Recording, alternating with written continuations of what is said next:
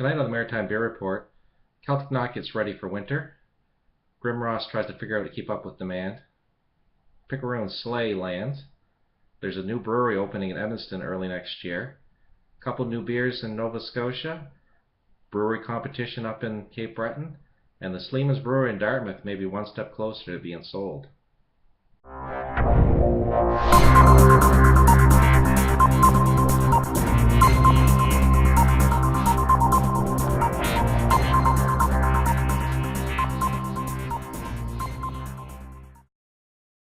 Hello and welcome to the November 1st edition of the Maritime Beer Report.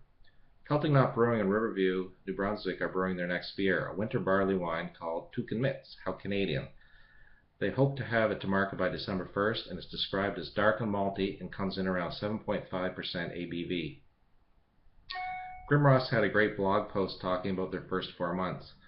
They wondered if the small brewery was too big, but quickly found out it was too small and struggled working full-time jobs and a brewery 7 days a week to meet demand. They work hard to keep the beer on the shelf at the Grimross fridge and Picaroons Brewtique, as well as now selling the beer on tap at 2 bars in Fredericton and 1 in Moncton. Their next challenge is to determine how we are going to increase production to keep up with demand. The story is one to follow. Best of luck. Picaroons Traditional Ales now have their anticipated winter warmer now on tap at their Brewtique in downtown Fredericton. There's a new microbrewery opening in Evanston, New Brunswick, Le Brasseur de petit-sault, which roughly translate to the Brewers of the Small Falls.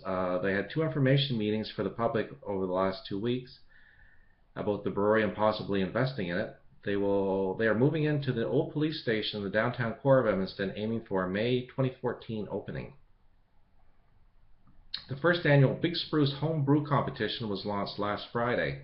It's open to all Nova Scotian home brewers, with the grand prize of spending the day at Big Spruce creating a full-size batch of your winning brew in their 7-barrel system. Your brew will be released at the Craft Beer and Local Food Celebration on January 16th here in Halifax. The style is an American IPA, which is 14B in the BJCP style guides. Get all the deals on the Big Spruce Facebook page today. Bridge Brewing Company will no longer be attending the historic farmers market on Saturdays. They apologize for the inconvenience, but also say they will be attending another market shortly. I'll pass all the details along as soon as I get them. Hell Bay Brewing Company's released its new seasonal Wee Heavy, a strong Scotch ale, slightly sweet, rich and malty beer with caramel flavors and hints of smoke. 8% ABV, sounds like it's going to be another hit. Paddy's Irish Brew Pub in Kentville, Nova Scotia released their newest seasonal beer on tap, the Smashed Pumpkin Ale. It looks delicious from the pictures they have on Facebook. Sleeman Breweries laid off another 14 employees this week, bringing the workforce down to 9 from a high of 32.